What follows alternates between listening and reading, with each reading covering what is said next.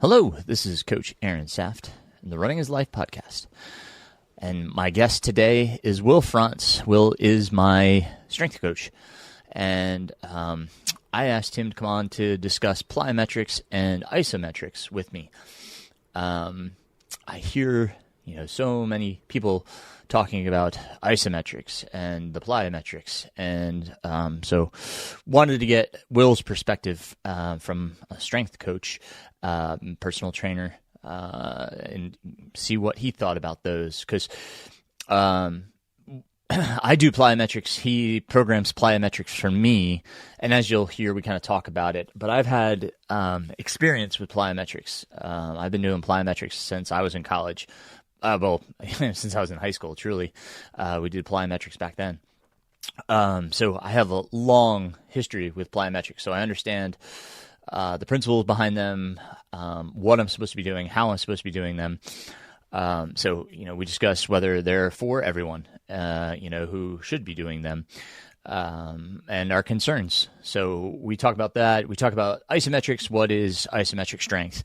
And we get into all of that. All the resources that Will mentions, he has sent me links, so I will post those in the show notes. And Will has generously made a free workout. So if you go to his Instagram account, which I put his handle in the show notes, you can check out the free workout that Will has posted. Give Will a follow. He is very honest and forthcoming about training and things that we get into that perhaps we shouldn't, and things that we should. He's a good follow, and he has a newsletter too, which I'll make sure that I link in there in the show notes, so you can sign up for the newsletter if you're interested. Because, like I said, he has some great thoughts, and I enjoy hearing those. So I will get out of the way here and put on our conversation, and afterwards we'll catch back up and talk about everything else that's going on. So here is Will Frantz. All right, my personal strength coach and the strength coach to the stars. I don't know about that, man. I definitely know that's not true, actually, but that's fair. Will, start off by introducing yourself, what you do, where you're from, all the good stuff. Sure. My name is Will Frantz. I am a personal trainer and I do some running coaching and I work as a personal trainer in Salt Lake City, Utah at the Salt Lake Tennis and Health Club. And then I also do that stuff online. Definitely not a personal trainer to the stars. I do know and work with some people who are personal trainers to professional athletes and have learned a bunch, but there's not a lot of that in Salt Lake. I kind of like my little pocket of mountains here. So yeah. Um, that's about it, man. I've been working with you for a couple of years off and on with strength stuff. I do some strength stuff for a few of your people, and it's really fun. And think, I don't know, I try and take a very no nonsense approach to most of it. A fan of both the cardio and the lifting thing, and try to prioritize, longevity in sport and longevity in general as much as like performance. And most of the time, for most people, those things are going to go together. So Cool. it's probably enough for an intro. That's great. Let's start in a general sense. Most of the listeners, this audience is going to be runners. Mhm. There's a great range. We've got some high school coaches on here. We've got, Cool. marathon coaches. We've got marathon runners and ultra coaches. So we got a good broad audience here. But in a general sense, what does strength training bring to the table for runners? Why should runners be doing strength training in general? We're not even talking plyometric or isometric at this point. We're just talking general strength training. Sure. I mean, my overarching like theme for this for runners is probably a little more, I don't know, strength training evangelist than we need to spend too much time on here. But it's mostly that at the age of 65, you're going to wish you had, right? Like that's kind of my bigger message for most people. Starting, in your 30s and 40s, it becomes a lot harder to build muscle mass. I train a lot of people in their 70s and 80s because I work at a somewhat high-end club here. in the middle of the day. So who tends to show up? It tends to be older people with money. And most of them are kind of weak and kind of frail and kind of wish they had a lot more muscle mass and bone density so they weren't fighting osteoporosis, right? And I talked the exact reverse when we talked to all the gym rats who like never do cardio. And it's like, you need to do cardio because it makes you not die. Right? The not deadness is the reason. Like, sure, running fast, all this stuff is cool, but they don't tend to care. Like cardiovascular training, when you're in the like top quartile of VO2 max to bottom quartile or representation or whatever the studies are going to show, means that you like have a 400% like reduction in all cause mortality. Like that's my reverse message to the gym bro people. Same thing with the runner people. Like if you think that maybe you want to pick up your grandkid, you should do some strength work. Because I have a lot of people in their 80s who like bones are frail and they're kind of fragile and can't pick up, well, they can now because they work with me, but they haven't, like when they came to me, couldn't pick up a 10-pound dumbbell, much less a tiny human. Right. So that's probably my actual reason. Mhm. I think we kind of forget that when we're in our 30s and 40s and we have enough to be fine. And then as soon as we like start to go through either menopause or andropause, we start to lose a lot of those things and we start to like pretty much plummet in our ability to build muscle mass we wish we had. So that's why, really. But because that answer's boring, it's because it'll make you faster and probably less likely to get specific injuries. I wouldn't call it injury prevention. A lot of people love to sell injury prevention, and I think that's kind of a farce because typically once you make one thing stronger, then something else is going to arise, especially if you're training at the outer edges of what you want to perform, right? Um, and then also things happen. I've had 3 ankle sprains in 6 months, even though I haven't had ankle issues in over a decade, because I stepped off a trail wrong because my dog passed me on the right instead of the left, right? Like injuries will occur Mhm. if you're trying to perform at a level. But like I haven't had back pain outside of like some soreness in I don't even know, right? And I surely pick up heavier things than most people in my life. Um, Having a level of strength does help with a lot of the like aches and pains and general injuries that we tend to see on a regular basis. And if we train in a way to get stronger, we're usually going to like eat enough and much like trying to get faster. So we will probably prevent a lot of these like stress fracture kind of things as well. So yeah, your performance is going to go up. You'll become a little more durable, and then you might actually function into old age. That'd be why I think strength training matters. Right. And I appreciate the way you took the approach of looking at patterns and mobility, deficiencies in strength. Can you kind of talk to like like how do people or how should people approach strength training in that sense where how would they find out like where they really need to work so that they're working on some of the proper things when strength training? Sure. It's a well-timed question. I've been actually thinking about this. I think a lot of it depends on your a trajectory for any training depends both on like a pretty comprehensive initial assessment and your end goal, right? And like I'm sure like you would say the same thing about running, right? Like you need to figure out how fast a person is and what they want to do and how long they can run, and then figure out what their target is and figure out how we need to fill the gaps, right? Hmm. And be kind of the same thing with strength work. I mean, we could be more specific than that, but it'd be kind of like doing it for a track athlete, right? Like it's tough to say, but you need to figure out where you are and then what you're trying to do and what we're lacking. For most people, like let's use an example like overhead flexion, right? Like if I can't, if we're on video here, then like if I can't actually reach over my head fully, then and I'm stuck with my arm up at like a 70-degree angle, I probably need to fix that before pushing a bunch of weight over my head, or else I'm probably just going to get hurt, Mm. right?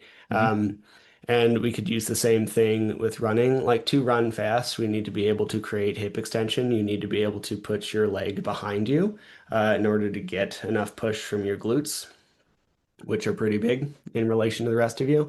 Um, if we can't create that hip extension, we need to figure out why and then create that access, or else we're not going to be able to like use one of the bigger muscles in our body. So I think that's kind of what we're asking, right? But like we need Yeah. to figure out what the goal is Right. and then what things we're lacking in order to achieve that goal. And you have a question at the end of this document that will go into that a little deeper. So we can either do that now or later, but it's kind of up to Yeah. you. Yeah. Go ahead. Yeah. Go ahead. Talk on. Hey, sorry, man. I don't enjoy hearing myself talk, so just You're interrupt me good. if you You're need to. good. No. Um, so here at the end, and probably like we can come back to this throughout, but you asked like Lydiard and the uphill athletes suggest uphill bounding and skipping early on in a training cycle. And like, do you see validity in this? And if so, for what purpose? I mean, yes, would be my short answer here. And then like the longer answer is probably understanding training cycles as a whole. Hmm. And part of the issue that we sometimes run into is strength training or any training in a modern age, man, is like everybody seems to be a year-round athlete in the same sport. And that really screws stuff up sometimes because like traditionally you would have like three fairly distinct strength and conditioning blocks. And like we could probably apply this across the board, but like strength training is what I know the most about. So I know this for a fact. And we'll talk more about this man, but like this was separated by Verkhoshansky, the guy who also talked about like basically invented or identified, I guess, plyometrics back in the 70s and 80s. And he separated what like general physical preparedness, you'll see it as GPP, and then specific physical preparedness, which is, and then you'll have like two phases of that, right? And general physical preparedness is what we should be doing like post season and off season. And if someone's like a runner, this is when you might do heavy back squats, right? Because we're trying to build a like general base of strength.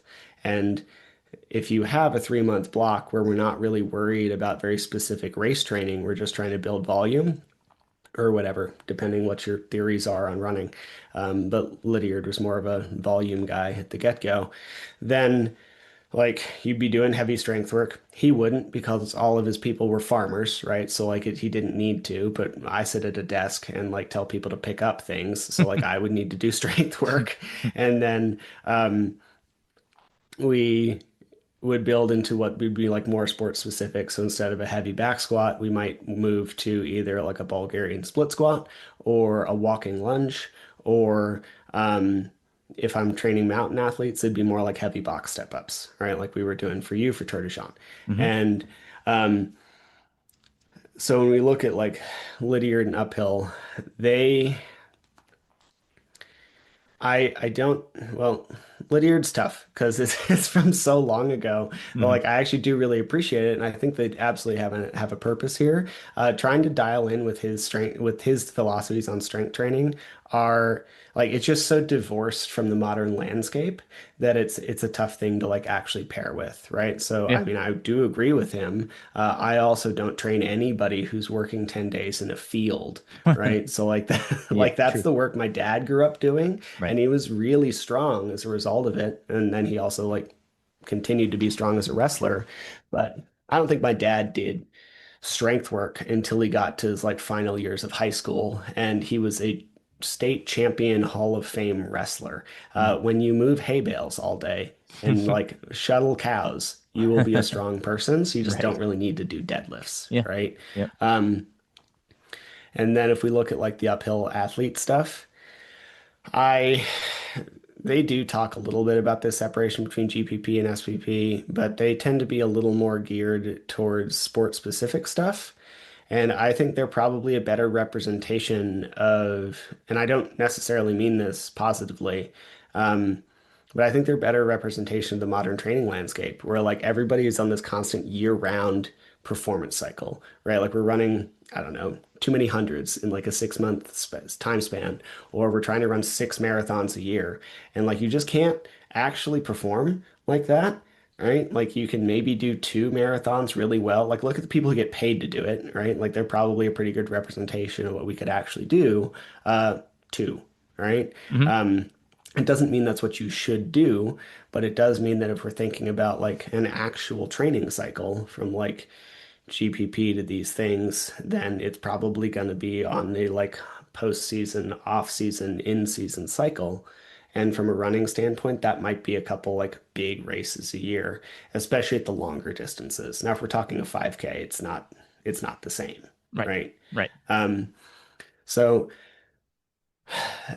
all of that is to say, like, yes, I think they're really valuable early in the training cycle. I think in this framing, the training cycle is usually like once we're coming off of off season and into in season, it'd be what we'd see as like a 12 or 16 week training plan to build for a marathon. And you're going to start to include this like bounding and skipping uphill early in a training cycle because we're going to be transferring from general strength preparedness to specific sports performance preparedness. We're going to have a lot of uphill drive. It'll like force a lot of that springiness.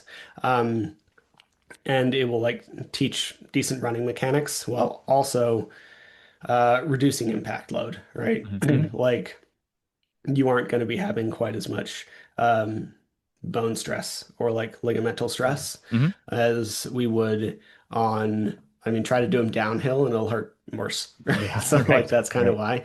why. Yeah.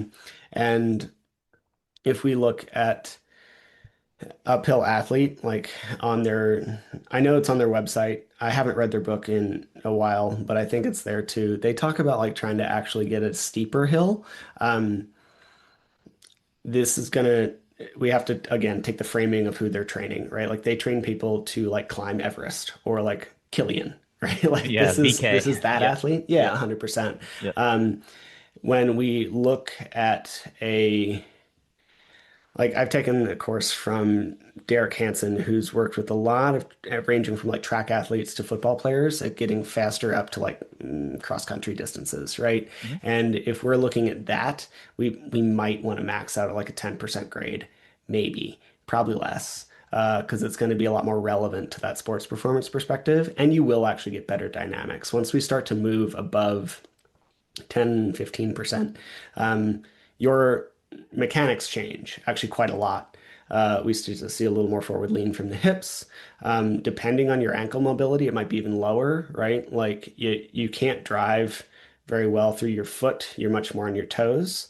Um, so steeper isn't necessarily better depending on who we're training, right? So like Mhm. track kids should probably be at like a 5 to 10% for this kind of thing. Whereas like an uphill athlete, I mean, sure, they send it as long as you can get traction. Stairs are probably good for some of the stuff that they train people for. But yeah, I think they're great. I think they take a lot of impact off. They're an easy way to coach. Well, power generation. I'm not sure they'd necessarily be plyos for a lot of people. If you make it steep enough, it's basically impossible to actually make it plyometric. But I think they're really valuable and I use them a lot. Right on. Yeah. Yeah. Yeah. And What are your uh, thoughts? You well, I train more mean, track kids than I do. plyometrics, yes, we use plyometrics quite a bit. And in Lydiard's sense, when I took the Lydiard course, the way that they approached it was, go through your base, right? Develop your cardiovascular system. And then at the end of the base, you had a 4 week cycle with plyometrics. And that was to catch up the musculoskeletal system because you've developed the heart. Now you have to catch the body up to the heart. And in that 4 week cycle, twice a week, you would do circuits of three exercises. And that would be hill bounding, hill skipping, which would be kind of like high skips. So, Hmm. high knee drive, and bounding. So Sure. three separate exercises.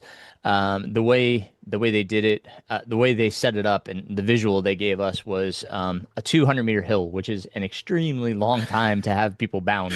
Dude, what? I don't think Okay. there was anybody that took that course that could do 200 meters of bounding. I attempted it and I failed How epically. steep are we talking Not on? not steep, not steep. Okay. Like you I mean, said, that's it's still probably wild though. That's it two is, yeah. football fields Oh uphill. my gosh, like Okay. it was, and so, but that's how they set it up was this 200-meter hill, All right. 200 meters across. So what they did was they had a field, like basically, a field with a hill, and it was like basically a square of 200 meters. So you would, do an exercise up. Recovery was across, and then you would stride down to get that eccentric force, and then Okay. recover back across, and then do your next rep. And you do basically 3 reps of each exercise. And that would be your workout twice a week for a 4 week cycle. I And bet. that I bet was, it I was. mean, oh my gosh, I tried, I tried doing it, but not too, like I said, not 200 meters. That was way too much. But, with my kids, especially my sprinters, I'm trying to get them to understand the principle of bounding and that drive with the knee so that they understand when they come out of the blocks what that drive should feel like. Sure. And that's very difficult for a young mind to grasp, that huge drive. Like they want to just stop. And I'm like, you've lost the purpose of your blocks. You're coming Hmm. straight up. I want you to drive out. And so Sure. trying to teach them that it's very challenging because they're like, their principle is like, well, gravity is going to suck me down. I'm just going to fall flat on my face. So, that like that plyometric piece where we learn bounding is super important for teaching that drive phase. For my distance runners, we still do a lot of different plyometrics as well, and that's again just to kind of work on allowing that stride to get stronger, right? Like that Sure. drive from the hips, like you were talking about. It's like when we talk about things in track, it's an application of force, right? Like the Hmm. stronger you are, the more force you can apply, the faster you can go. So I'm trying to get them to understand how to apply that force and where it's generated from. So that's what we do through plyometrics. Yeah, that makes sense. So Cool. in some sense, I use Lydiard's principles, but not to the finding a 200-meter hill to do these circuits. But we do plyometrics twice a week, in track. I think it's great for these kids.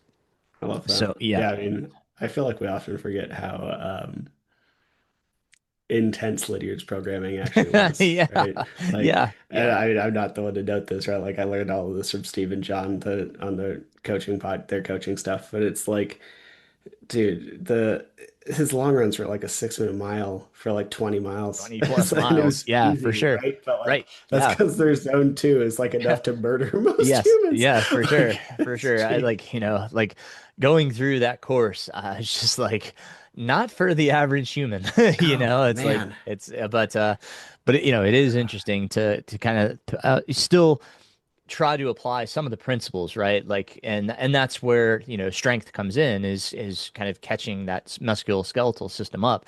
Now, I think the difference, and maybe you can touch on this, is like I feel like that's starting too late. Like going through the entire base phase without any touch of strength, and again, to Lydia, to your point, he was dealing with people that were doing some kind of manual labor, right? Yes. But to the person like you or I that's sitting at a desk all day long, I think going through that entire base phase is you're missing a huge piece if you're not touching on strength. Would you agree with that? Yeah, man. Strength should be a year-round practice. I would take the only time that like we're not doing strength with someone I coach is in like 1 to 2 weeks prior to 2 weeks prior to an A race, maybe 1 to 2 weeks prior to other races, depending on how much they're racing throughout a year, and then like 1 to 2 weeks on the recovery side of thing, Hmm. right? Hmm. Like basically, I don't do strength work during taper and like post race aggressive recovery. Otherwise, yeah, it's a year-round practice. Right on. Right on. Yeah. And then the Um, movements will change, right? Which is like kind of a thing we'll get into here. But yeah, yeah, yeah, it needs to fit. yeah. Yeah, well, let's get into the meat of the podcast here with we started talking about plyometrics and we kind of hinted at some of the Mm, exercises that may be included sure. in plyometrics, but broadly defined, what are plyometrics, and like if we could expound upon what we've already talked about, like what are some things that you may do that are plyometric exercises? Sure. So plyometrics, I think, have come to mean something that I don't think they should mean. And this could feel a little bit like me being pedantic. But the thing is, like, there's actually different adaptations we're trying to train here. So I do think it's important, right? So like plyometrics were originally defined by A man, his last name was Verkhoshansky. He was Russian. If you really want to get deep in this stuff, which I don't actually think anybody listening to this will, but he wrote a book called Super Training. It is, as Aaron and I were talking prior, I think it's like 600 pages long. The text is like size 9 font, and it's like translated from Russian. It is impenetrable. Anybody who says they've like read it and fully understands it is either a savant or a liar, right? Like it's absolutely nuts. I know some of the best personal traders and strength coaches on the planet right now who have worked with like Djokovic in tennis and this kind of stuff. They have not read this book front to back because it is a nightmare. So that said, um, the distinction here is that we probably need to make is between plyometric training and power training. Okay. And we have come to modern world meaning plyometric means anything related to jumping, right? And I don't care. Again, this is not me trying to be a pedant. It's more just like when you're doing something like a box jump where you stand in front of a box, drive as hard as you can, jump on top of that box, step down off the box, and reset. That is different from like what Verkhoshansky meant in terms of plyometrics, where we're basically, because that is just power. It is muscular force that we're transferring as hard as we can to create as much power as we can. It is actually much more similar to like an Olympic weightlift, right? Like a clean and jerk or a snatch. A box jump is very similar to those because we're talking like some level of max power generation. Whereas plyometrics would are more focused on reactive force, and we're trying to get the entire musculo-tendinous system, so your tendons and your muscles, to function as springs, and it's more about force transfer than force generation, Mm. right? So the plyometric, you're like bouncing across the ground like a spring, Mhm. and this is why it has so much crossover to running, because if you're running efficiently, is the word I want to use, it is going to be a series of plyometric movements, right? Like Right. we don't want to generate every single step with our muscles. This is how you burn out really fast. Like watch good runners run. They're not like generating everything with their quad and hip. Yes, they're working, but it's also like this massive Achilles spring. Like they look like kangaroos, Right. right? And that's like a really good example of an animal that's like built for plyometrics. They have an Achilles tendon like the size of my leg. And as a result, like it's just this massive force transfer. Right. And that's kind of what we're trying to develop with plyos. And some people are going to be inherently better at that than others. Like I would guess, having like met you and seen you in person, you're going to be a little more tendon driven. It's one of the reasons you're fast. It's one of the reasons you have the history you have. Whereas me being a like short, stocky human, I'm much more muscularly driven. And it's not that either of these can't have success, but like they will get a little nitpicky about things. Right. But having access to some version of both of these techniques will help us run better and perform better. And plyometrics, I don't do them a lot with people who aren't looking for performance. I will say that. I do them with some people. I do power generation with everybody who's willing to let me have them jump on a box. Maybe not my 80-year-old osteoporosis client, but beyond that, like I love Nancy. She's great, but she's not jumping on a box. There's no way. But everybody else, we do some version of this power generation. Um, but like plyometrics, we just don't necessarily need the tendon reactivity unless you want to do sports stuff. But I did them this morning with someone who's like a middle-aged basketball coach, Mhm. right? And she wants to like teach this to her girls. Yeah. So Yeah. do them quite a bit, and it's great. Yeah. Yeah, that's why I think they're different, right? Because like we're looking for like a reactive stimulus Yes. versus a generation stimulus, Yeah. right? And then if we look at plyos, like the intensity is basically just going to be how much force are you putting into the ground and trying to get back. Um, and like anything else, I'd say we should start with like really low intensity and pretty high volume because there is a big skill component there. It took me, especially as a not very naturally tendon-driven person, it took me a while to have it not feel real weird. I just like, yeah, I just couldn't, I couldn't get it. But then I'll train someone, like I was training someone who's like, I don't know, sub 3 marathoner out of bed, and like it was like so easy. It was really cool.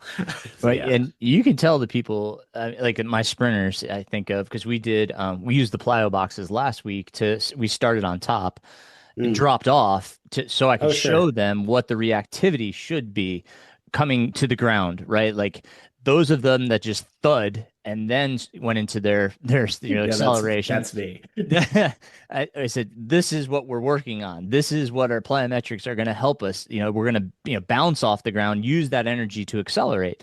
Whereas, like, some of you are just thud into the ground and then go. So I'm trying to teach you that reactivity with the plyometrics. So, they're starting to understand that, it's not just like the absorption, it's the reaction, right? And Exactly. that's so I can you can you can see it. And who was it? I don't know if you listened to the Doctors of Running podcast. They're physical therapists. Um, Intermittently, but they probably not the one you're talking about. they did a episode recently where they talked about like in simplicity, just doing coming off the box, like what I'm talking about, and just kind of getting that bounce off the ground rather than a thud Mhm.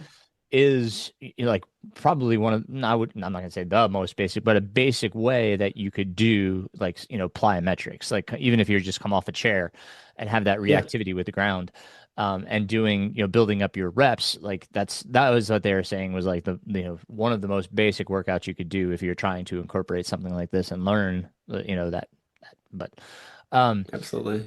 I so mean, and to that point, Aaron, like there's a study recently. I know where I found it, but I couldn't quote the study for you. It's like many months ago on Adam Meekins' Instagram, but they had like mediocre runners. This was not a high level thing, but they had mediocre runners instead of just running at like twice weekly hopping. And by hopping, it's just like bilateral, both feet on the ground, mm, like you're jumping rope without a jump rope. yeah, We'll yeah, describe it that way. right, They did that for like a couple hundred reps a week, and split into 2 sessions, and they got markedly faster. yeah, yeah. Well, It doesn't it's take a lot. right, yeah, and that's we do jump roping, and like the I can't get the kids to understand.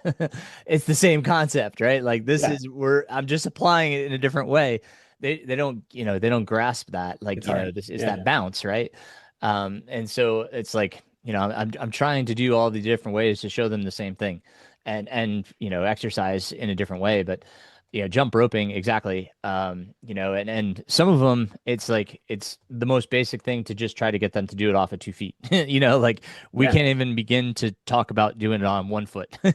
But yeah, yeah, just the 2 feet, it's a good way to start. Even like you said, pretending to jump rope. You don't have to have a jump rope. You can just pretend and just do those hops. yeah. I think that's a wonderful example that you provided there. Exactly. Um, so anything else that we want to talk about in the definition of plyometrics? Not really. And, Okay. and I would say most of my I told you I was going to reference this guy. Like the guy named Matt Watson, his Instagram is McInnes Watson. He goes by the Plyo guy. He um, and he's very honest. Like he comes from this Verkhoshansky lineage. His teacher, he was a high jumper, like one of those crazy people who just springs over things.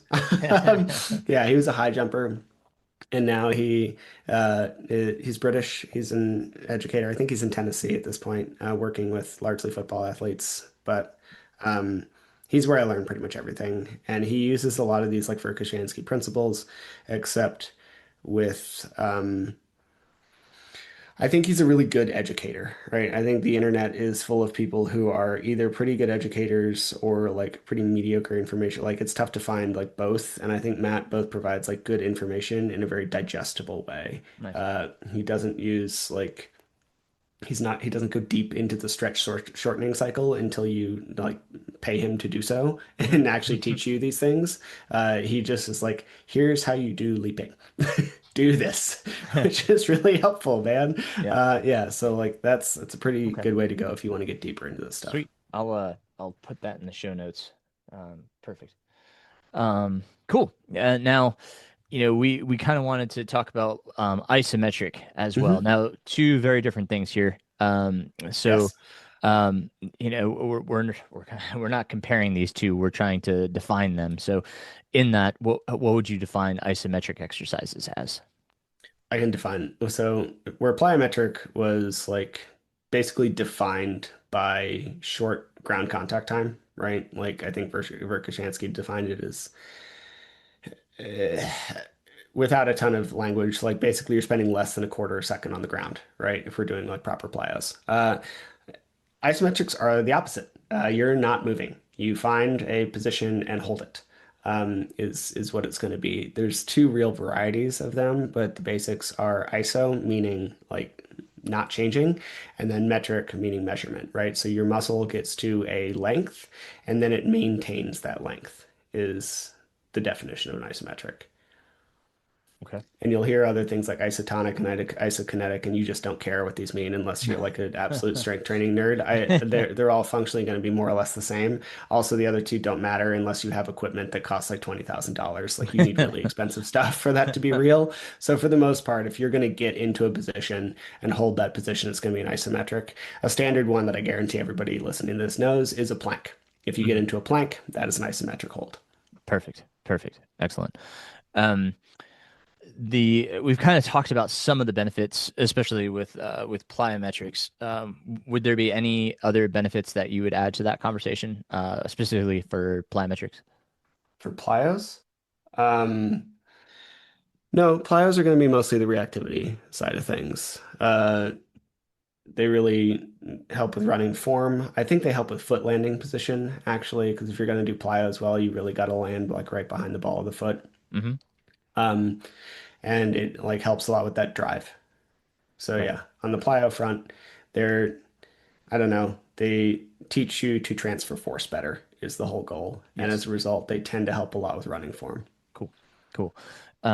And then for isometric, what do you see there? Um, are Oh, there? sorry. There is actually another thing. There's Oh, then both of this will actually be a good transfer, right? So sure. plyos are also thought that they might help with tendon stiffness, which is like tendon durability. Okay. Uh, we do not have great research on that.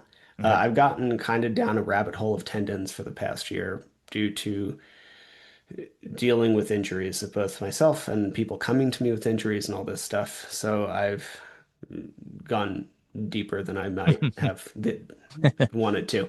Um, but so the research on it seems to show that plyometrics are not all that helpful. Problem is really hard to study, right? Because we don't know when you look at the studies that talk about plyometrics and they don't even define what they are at all. So most of the people are probably not there. You also probably have to gather a lot of things, but the more that we look at it, it seems like they probably help tendon health.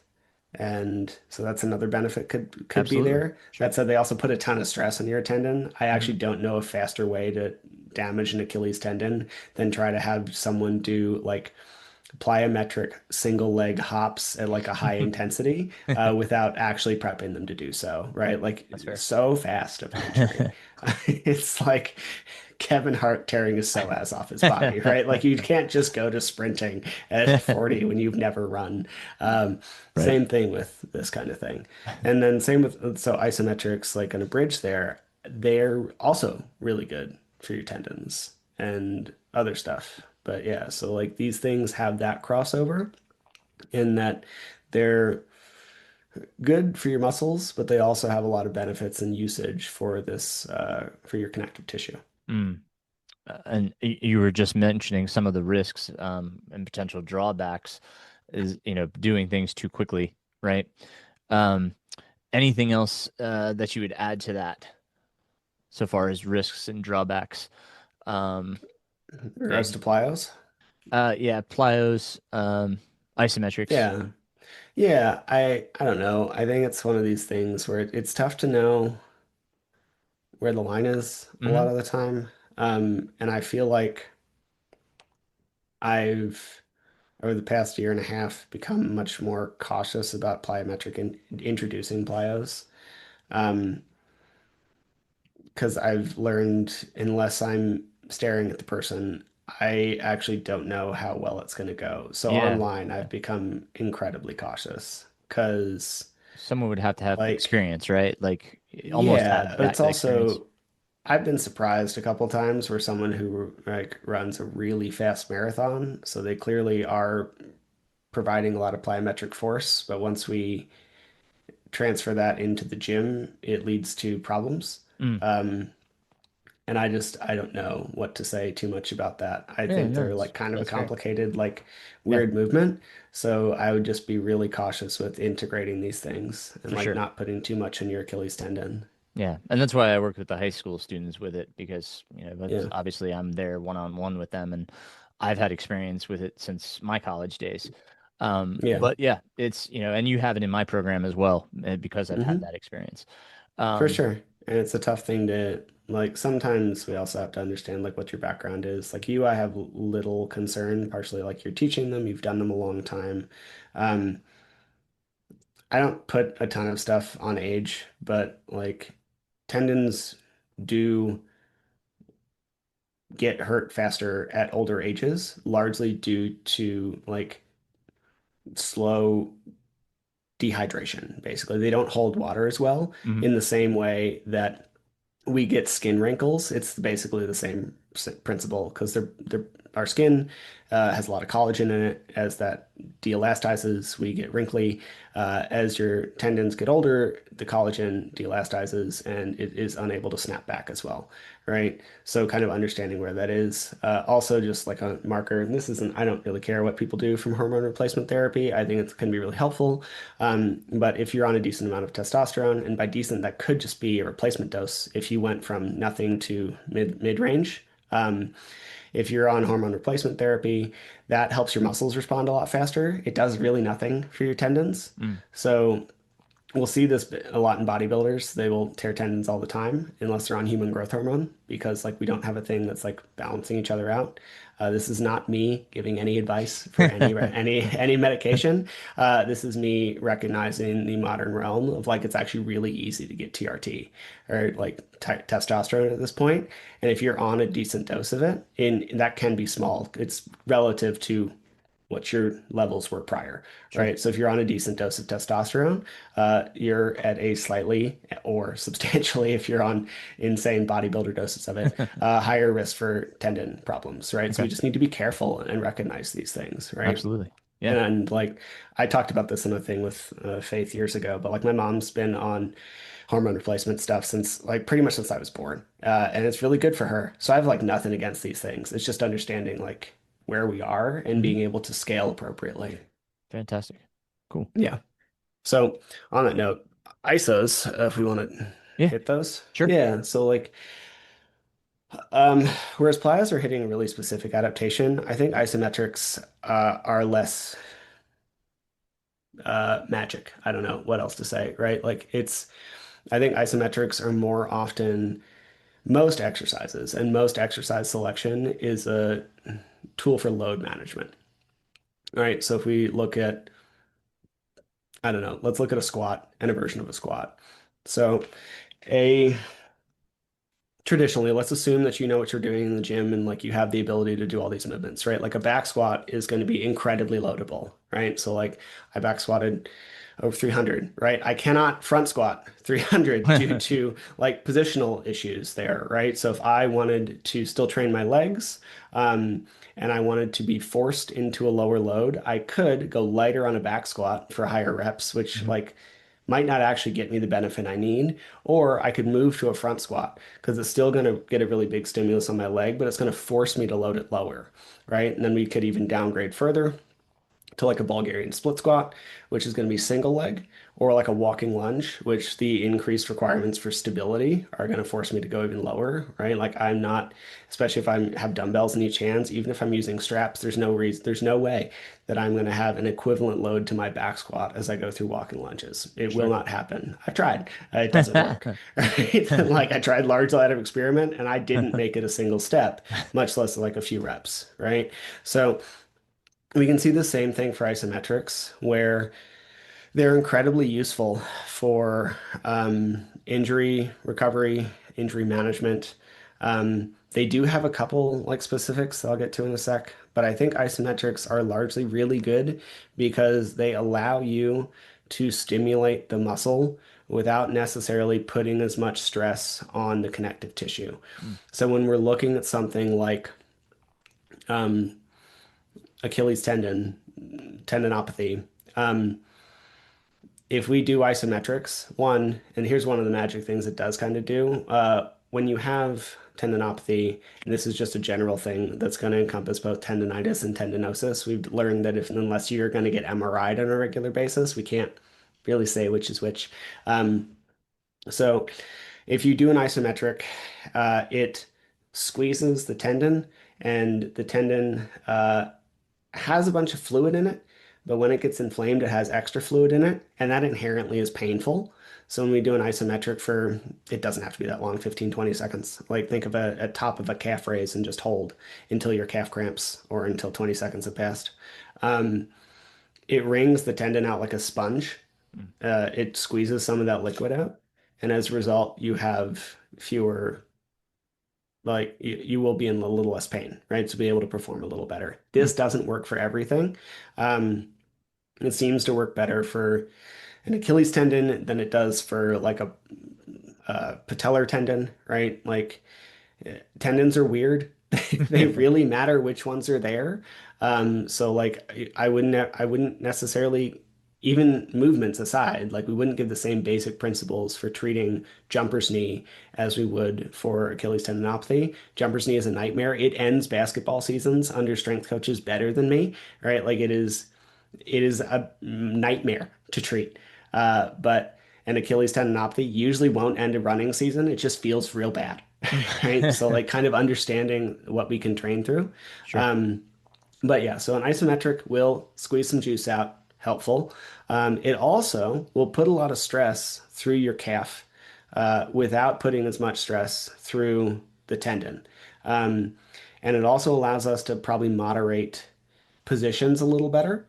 Um, so if you do an isometric on a calf raise, we could hit it in three big spots. We could hit it kind of mid-range, like think you're just standing on the ground and then you like press up into a door frame and then you try to press up with your calf, right? Like you might make it about a half an inch up and then you're going to get stuck. Great. I do that a lot for people. I'll usually have them like drive a bar into the little J cups on a squat rack because it's a little less annoying than trying to reach overhead into a door frame. But other than that, it's the same idea. We can also hold it at the top, or we could hold it at the bottom where we like get into full like stretch in that Achilles position. And understanding where your pain and damage is kind of important for these things because another thing that comes up with tendon problems is compression. So if we realize where the Achilles tendon goes, it comes down, and we all know the ropey piece in the back of our ankle, and also then it inserts underneath your foot. Hmm. And if you have pain on the bottom of like the back of your heel, we want to avoid that stretch position Sure. because we want to avoid that compression. So we can still get some work by using some of these strategies, we can still get some work through the muscle without necessarily stressing the tendon. And like this is one of the things I really like isometrics for. I also use them a lot during um, athletic prep, right? So like this could be, again, since most people are kind of on this year-long training cycle, they tend to show up a lot for me with people who I'm training athletically. They don't show up a lot for people who I'm training in the gym Mm. because they're not trying to do athletic goals. They just usually want to get stronger and maybe die a little less late, right? So, or less early. So they um, will just do like a hack squat a bunch of times and then take a rest and then do some deadlifts. Whereas, like for someone doing athletic prep, I don't want to hammer them that Right. hard on their muscles and create that much fatigue. I want them to be able to run better, right? So, like, one thing we can do is pair exercises together, and we might do something like a deadlift, and then we'd pair it with something like a wall sit.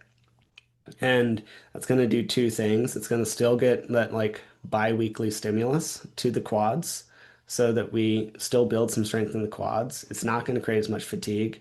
I can tell you from a lot of experience that like deep squats are worse the next day and 2 days later than wall sits. I have gone to failure on wall sits a lot. I'm not that sore the next day. They're miserable, and I'm not that sore the next day. Um, and then the other thing they really train to do is like I don't know how to put this, disperse force or disperse energy throughout a bunch of different pieces of musculature, right? Like my quad's big, and like when we're doing something like an isometric, it does all the things we already talked about, and then it also will slowly teach you to use more of your muscle because some of it's just going to get fatigued and burn out, run out of fuel, and it has Mm. to recruit more musculature. So I think that's the benefit. Cool. I include them a lot in recovery, and I include them a lot the closer we get to a particular performance. Gotcha. Cool. Um, and we started to touch on like plyometrics may not be for many people, right? Hmm. Whereas, would you say isometrics could be for, a majority? Hmm. Yeah. Yeah, Yeah. absolutely. And like, I don't want to, I will say I don't want to fearmonger plyos. Like Matt Watson uses them with almost everybody he coaches, right? That's also his bag, right? Hmm. I would probably be more, I'm just better versed in doing like more traditional strength movements than a bunch of plyos, but like they both work. It's just a different training perspective. And he's a little better at like coaching the gradients than I would be, right? Just like I'm a little better at coaching the gradients of a back squat, probably. Um, Whereas like I don't have a lot of concern about most people in isometric town. I, the example I used before and the example I'll use again is like patellar tendinopathy. Knee tendons suck. They're really annoying when they end up with problems. They are really annoying to fix, partially because they actually hurt quite a lot. Um, and it is tough to find the gradient. And as a result, that would be my one caveat. They would still be where I'd start though, right? Like they would be a primary source of recovery and how I'd get people back into strength training, but I wouldn't necessarily send it with a wall sit for someone who has like pretty decent damage to their patellar tendon. Um, but I don't have more concern. I have more concerns about plyos than I do about most strength movements done at a high intensity. I have so much fewer concerns about isometrics than I have about a lot of strength movements. So, Right on. like on a gradient scale, it's often why we start there. It's often why they're a big part of PT, right? Because PT is just strength training done to a really low intensity, Hmm. and that'd be kind of the idea. Right. Um, so, when we think about, and I talked about earlier how, with my kids, I work, 2 days of plyometric. Mm. And we work off of your model actually that you helped build for my team. So Oh, um, cool. we use the plyometric day twice. We do a restorative day. That we use the agility ladder for that. Sweet. You build that, and then we have a push and a pull day. For your average runner, right? Because Mm. a lot of people listening to this um, are are they going to get more bang for their buck by adding either plyometrics or isometrics or both?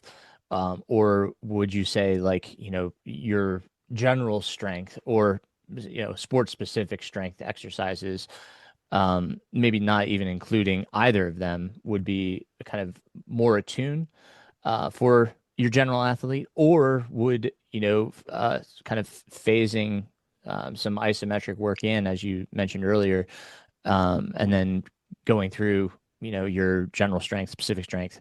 What would be I guess the the message for people? Like, is it something that they should look to include, or no? Yeah, so good question. Yeah, probably. It depends what they're doing now. I like ISOs and plyos both. And I just noted this question on there and it kind of leads into it. You don't need equipment for these things, right? Which is probably a reason I include them sometimes even more for people who are working out at home. Hmm. A lot of runners are stronger than they think they are, so they tap up their weights pretty quickly. So we'll do like back-to-backs of some highly manipulated split squat version, like a Bulgarian with a band on it, and then we'll immediately go into some jump squats, right? Because Hmm. it provides a good bang for buck. Um, I think most people should be doing strength training twice a week. Um, and by twice a week, I mean like a collective hour to 2 hours every week. If we want those like functioning into old age benefits that Hmm. I mentioned, right? Um, from a running performance perspective, I'd probably still say that's true. It could probably be shorter. It could probably be more on the hour side of things. Um, if we're getting into like 6 weeks prior, like final build, let's call it, towards a big race, it might move to 1 day a week just for priorities and fatigue stimulus or fatigue management. But most people should be doing some kind of strength stuff twice a week. Really easy ways to do that would be to figure out some isometric movements. Okay. Um, it is hard to train certain muscles isometrically compared to others. I can do your quads pretty well. It's called a wall sit. Uh, it's harder to do your glutes for most runners. A bridge just isn't going to hold it very long, right? Like, and we tend to fail more at the abdomen. Like the pelvis is going to dip before we actually like lose hip extension. So they're not perfect, but they are a really good way to start, and they can definitely play in for a lot of people. Cool. Cool. Yeah, but Um, twice a week strength stuff, and then this is just included in that strength stuff. and to that, what's your philosophy when it comes to, some advocate that you should add strength training to your already hard days. Mm, Um, what do you, how do you go about suggesting programming in that regard? Do you keep your hard days hard, or do you prefer to be on an easy day? I know in that training cycle we had for Western, my run coach Ryan was programming him on my easy days, and I yeah, just I just didn't feel like I recovered well.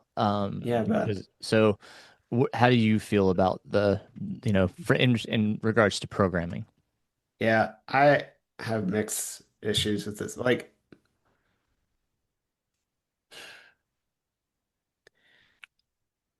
my general feeling, like my ideal feelings, let's put it that way, would be keep them on your hard days. I run into scheduling issues with people more than I run into anything else, Hmm. right? Like we often look at training from professional athletes and try to adapt it down towards like not professional athletes, right? Hmm. And that can be insane because we're trying to adapt a like 25-hour a week training plan down to six. Right. And that's like a tough thing to do, man. For sure. Um, it is tough, like even for me to talk about my own training, because I mean, I work at a gym, Hmm. right? I have done cardio today in between clients, right? Like most people can't like take a work break between like writing 2 emails and like knock out their cardio for the day and still be viewed as a socially acceptable human at the office, right? Like that's Yeah, just not that's there. fair. Um, and and I'm going to do bench press stuff today between clients again, right? And like that is a tough thing, even from someone. My volume is not massive, but my access to heavy things is unmatched, right? It's just there. Hmm. So, like, typically, uh, I we'll have people do like strength on Monday and then usually like a fairly easy day with maybe some strides or something on a Tuesday. And then Wednesday might be proper speed work. Um, Thursday would usually be strength and then maybe some cross training, Friday an off day, Saturday long, Sunday, whatever, right? Like that might be a week. And part of that is just the fact that they're not trying to jam 2 hours of training into a work day. Hmm. Um, tell you the way I train myself. Monday is terrible. Monday is heavy squats and VO2 max work. And I Okay. put them on the same day because otherwise my legs will not recover and I have access to that. Gotcha. Um, and like legs are sore today. And like it's a Tuesday recording this. Um, and that's just how that's going to be for me. Like that's a pretty ideal training stimulus for me. I do the VO2 max work first because I don't actually care about the numbers on the bar. I just want to get stronger. Hmm. Um, so those pair really well. But also that's, 1 to 2 hours of my Monday. Hmm. And most people aren't going to be able to do that very well. Right. Yeah. Well, it's Yeah. true. I mean, and that's, I deal with runners, and when they talk about their strength, that's usually the first thing that goes, right? Like it's Hmm. like I just got my run in. That's all I was capable of doing. Yeah.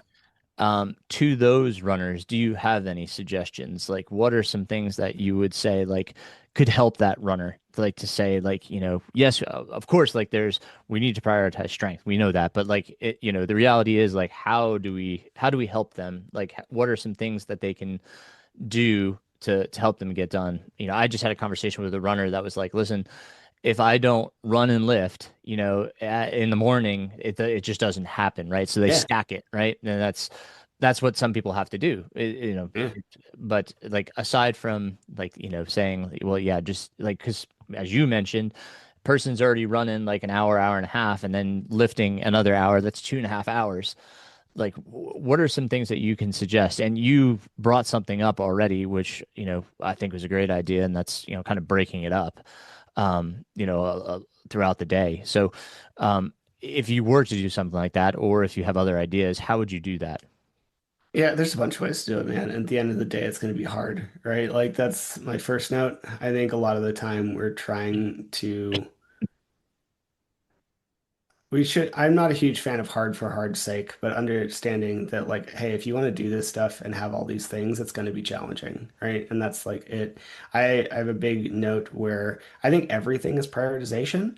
And I don't mean that in the most like fitness influencer way, where it's like you just have to want it more. I actually don't care if you want it more. I will say though, like you have to have a realistic pairing of like how much you want it and what it takes, Mhm. right? Like, um, so if you care so much about running that you don't care about like being frail when you're older, I don't care, man. That's your choice, right? Like you're an adult human being, you get to do that. Mhm. But that is a trade-off. Also, for most people, probably don't need to run 15 hours a week, right? Like I actually don't think that's needed to like get performance. You don't need that much zone two work. Like usually when we see like you don't need that much zone two work. You need some. But like when we look at where zone two shines, like this is people like we talked about with Lydiard earlier, right? Their zone two is a 6 minute mile, Aaron. You know Right. how much of a stimulant that inherently is, right? You do. Yep. But like that's such an inherently ridiculous stimulus on the human body. Right. So like they're not easy. Like when we look at mileages for these people, the Kenyans currently, for example, they don't count their recovery runs. It's not even in the picture. Like because it doesn't matter to them, right? When we hear like Kipchoge or something running 130 miles a week, there's probably an extra 40 miles on that where he's just like jogging around. Yep. Like that's wild. So like understanding this framing, like most people could probably do a little more intensity. We could include a little more cross training and not run quite as much. I realize that's a hard sell, but and I had this conversation yesterday with a runner, and like they don't want to do that, and that's okay, right? So that like that's Sure. probably my practical answer to you. Um, then also we don't also have to hit the training strength training perfectly either, right? Like I haven't programmed bicep work for a runner in I don't know, man. It's been a while. Unless they specifically ask me to. I will occasionally do tricep work because of pulls. Mm. I don't think I've trained a bicep training session for Oof. someone in, I don't even know. Yeah. I had one person who was like a pretty avid climber in conjunction with it, so we did it to prevent tennis elbow. Mm. That's like the last person I did any bicep work for, and it was like once every 2 weeks. So, we don't have to follow, like when we look at a lot of strength training programs online, cut all of that, right? Like do core, do a leg thing, do a upper body thing, move on. Right? Like that's Yep. kind of how it'll work. And if we know how to program well, like we can get a little more out of that. But you if you know how to program strength training well, you can probably get a lot out of 30 minutes. Yeah. Uh, it's tough, Yeah. but It is, it's but there. yeah, I mean that's what you and I have been working on is 30 to 45 minutes. So, Yeah. And then you know. also, oh man, like I will say the gym's a mess. The gym's about to be a mess. So like Yes. January for 1st is the coming. next 2 months, the gym is going to be a nightmare. I don't mind. I actually find it really inspiring. I actually hate more when it falls off in February. It kind of makes me sad, but Oh. it's like it is going to be a nightmare. So if you get like a set of adjustable dumbbells and some like heavy bands, hold on, Mhm. I don't know. Yeah, but like we get a couple like long, heavy bands and Yeah. some like a decent set of dumbbells. We can do a lot with that, right? Because Yeah, I can totally. strap one of those over my shoulders, hold a dumbbell in each hand, and do some Bulgarian split squats, and I can make them difficult. Um, and if I have it at my house, then I can actually probably split it throughout the day. Right. So it's just that kind of stuff. You Yeah, will have less options though. Like options are nice. I totally. work at a very nice gym and I'm very happy about it. But I used to be fairly strong prior to that too. Not as strong, but fine. So Right yeah, on. just kind of there. Cool. Um, Anything else looking through the list of things that we brought up that you feel like we should talk about? I want to be, cognizant of your time as well. That's good. Yeah, I probably need to go soon, but I don't think anything jumps out at me. Okay. All right. Plyometrics, like just to yeah, recap, it's like plyometrics are working more towards like reactive force. I think they're really good and actually really important for runners. We just have to scale appropriately, and they can be difficult to scale. Um, Mm-hmm. Isometrics, I think, are pretty valuable for everybody, especially as an intro and from a rehab perspective. If you're injured, they're probably gold. You just have to figure out how and where you're injured. But I don't think I've ever had someone. That's a lie. Bone breaks are not the same thing. But like if we have a tendon issue, Hmm. uh, they don't do anything for ligaments. But if you have a tendon injury, I don't think there's anything that's going to be. I will include them all the time. There's so much. They're a massive inclusion in every tendon issue I've ever helped work Okay. through. Right. Cool. Um, and then they're all just really helpful because you can use them at home. Right. So yeah. And if you Nice. have questions, please reach out to me and I can give you tips. That's what I'm here for. And how would they connect with you, Will? You can find me on Instagram for sure. I think it's will.c.frantz. Um, and I will then my verify and put that email. in the show notes. Yeah, thanks. I appreciate it. Yeah, just DM me. I'll get to it eventually. I try to spend as little time on social media as possible, but I end up being on there at least once a day for brief periods of time. So please reach out if you need anything. I'm happy to help. Cool. And I'll put your email in the show notes as well. Dope. And send over anything else if you have any other channels, things that you want people to see. So, Cool. Will, That's thank you for everything, for your yeah, time and for sharing your knowledge and for being my coach. of course, man. Thanks for having me. I really appreciate it. It's always really fun. Thank you again, Will, for sharing your knowledge, for talking through these two different topics, and for really kind of deep diving into some of it. So, I hope some of you had some takeaways, some learning experiences there. And if you have questions, don't hesitate to reach out to Will. Again, all of the everything is in the show notes. So reach out to Will, follow Will. He is a great resource. I really enjoy working with Will.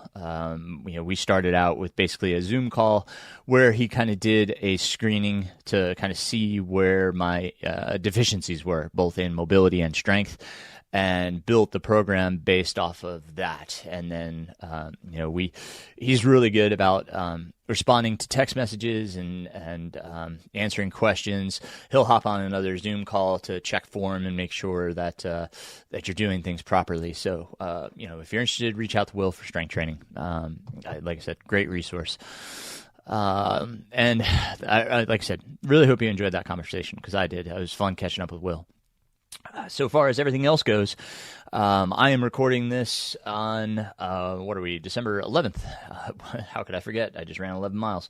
The challenge is going well so far. Knock on wood, it keeps going.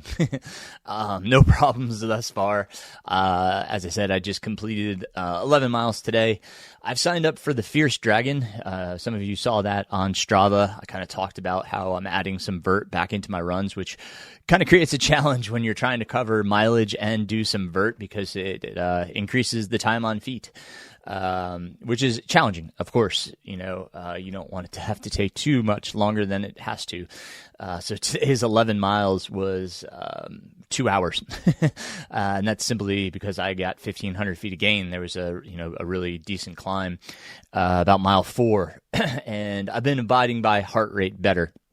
I've been really, challenging myself to abide by heart rate and just slow down and be okay with that, which can be a challenge, as all of us know, with climbing, even hills. So, doing a long climb and trying to maintain a low heart rate is very challenging, but so beneficial. I've already seen, some benefits of the more gradual climbing that I've done. It is kind of crossing over to some of the steeper stuff now.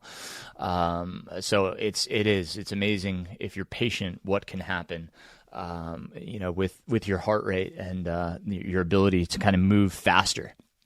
So really enjoying the process right now, honestly. I look forward to my next run. I look forward to bumping up to 12 miles tomorrow.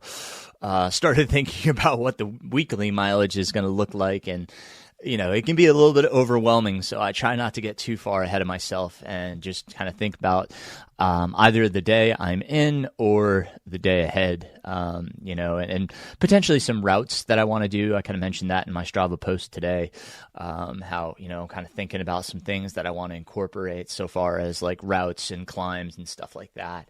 So I'll see if I can make those happen. Been really working hard to kind of get ahead on work, both scheduling my athletes and scheduling for the track and field athletes, so that I can kind of, enjoy my family through the holidays and get in this mileage, which feels good. Honestly, it does. A lot less stress on me right now, than in the past. So, enjoying that piece as well. The other thing I'll say is that my wife gave me, and forgive me if you already saw it on Strava, but my wife gave me a new pair of shoes prior to Christmas, just because I really felt like I was missing out on something that I could use to run to the trails, yet be good on the technical steep terrain that I'm covering. And what we did was we bought a pair of the new Lone Peak 9 Plus, in which they've added the Vibram Mega Grip outsole, which is what I've been waiting for the last, I don't know how many iterations of this shoe. So I'm so glad and relieved that they added this. It feels so good. I love the Lone Peak. I love the fit and the function. I know some of you may not be Ultra or even Lone Peak fans, but for me, this shoe, it really just melds with my foot well. It feels really good. So I'm so pleased. I can't tell you how relieved I am. I've been looking, you guys have heard my search for, shoe that fits and functions and feels good. And thus far, it's only been one run. I did my 11 miler today in it, but thus far I am elated with this find.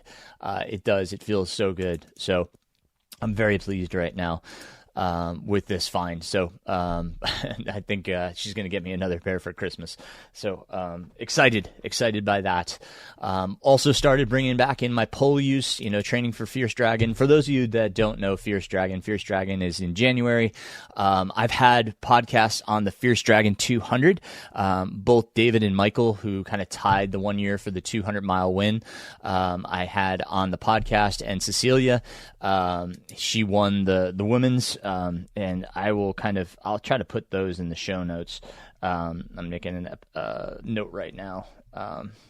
So those episodes you can hear a lot more about the Fierce Dragon. I'm just doing the 100K, right? The fun run is what I'm doing. I'm not doing the 200 miler. I need a qualifier for Ouray, yes. So I signed up for Ouray last weekend. I did not get into Hard Rock, which is fine. I'm totally psyched to do Ouray. Really, what a challenging race that is, with over 40,000 feet of vertical gain. It's going to be a challenge. So looking forward to that, looking forward to being back in the San Juans on a different course, seeing some different trails. So, what a opportunity. So, right now, I definitely have Scout Mountain and, Ouray on the schedule. Those are solids. The Bear, I should technically get into that because we have to do that one as the conclusion of the series. So that one, I just really need one more race. Kind of talk to my wife about, what it was, because August, there's Wyoming 100 and Leadville 100. And both are lotteries, and I won't hear about Leadville until January. I think January 6th is the actual lottery for Leadville.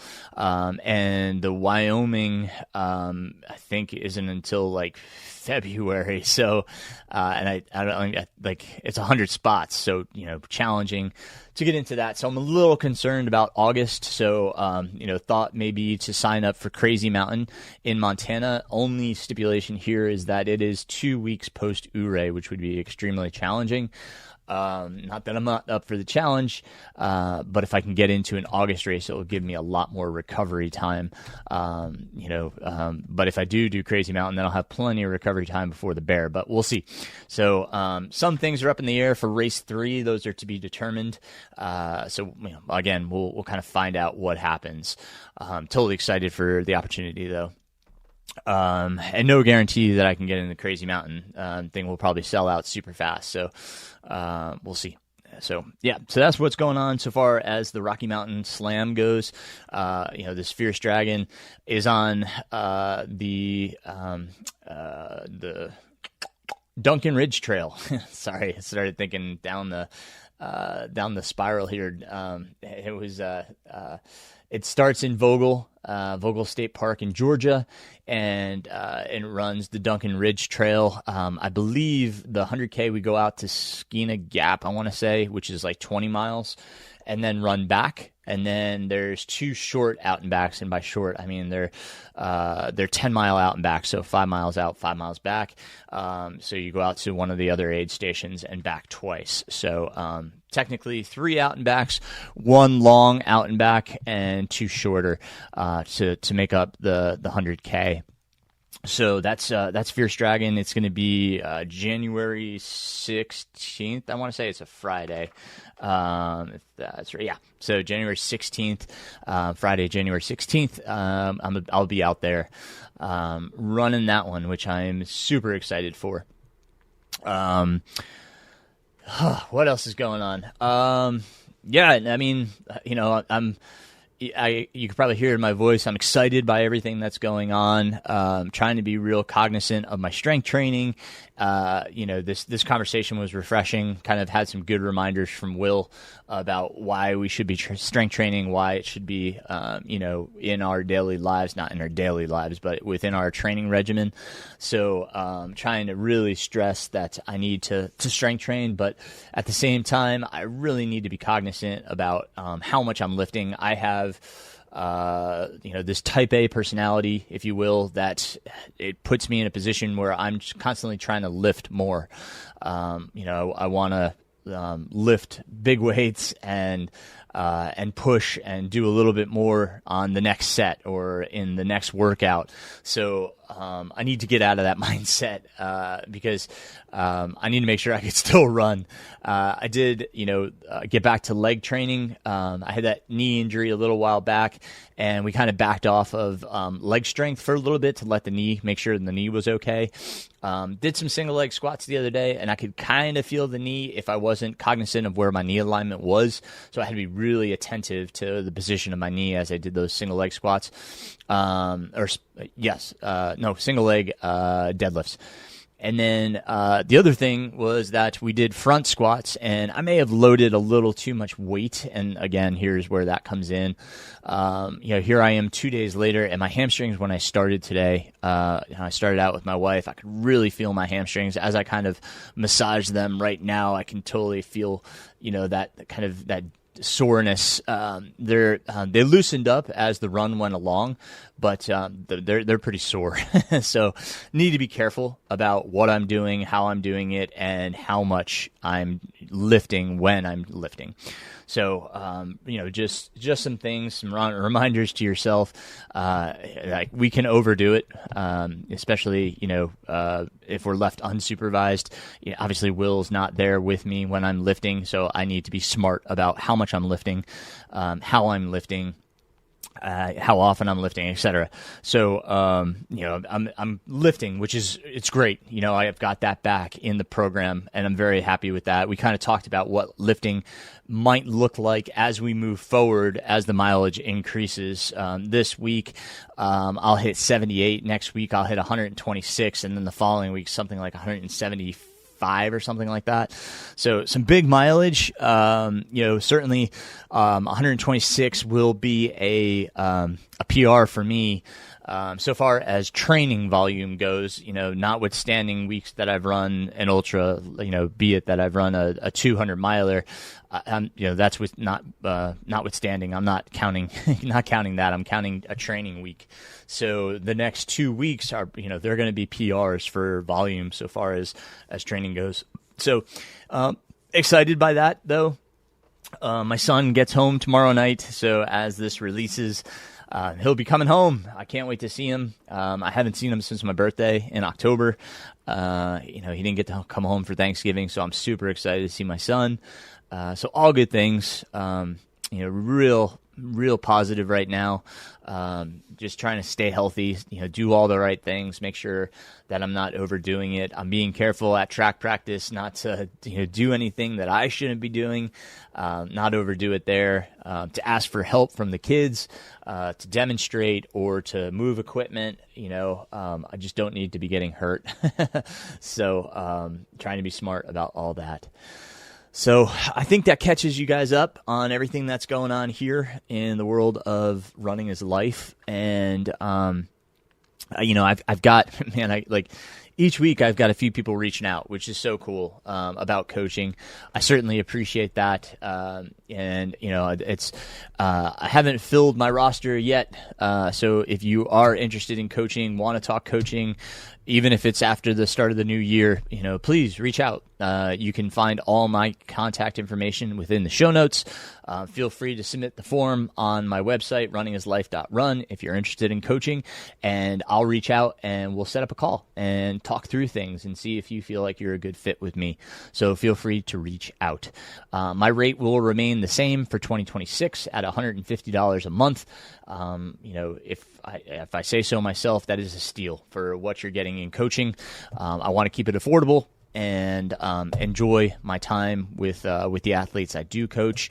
I think you'll find that if you shop around, that's a great price for what you're getting with coaching with me.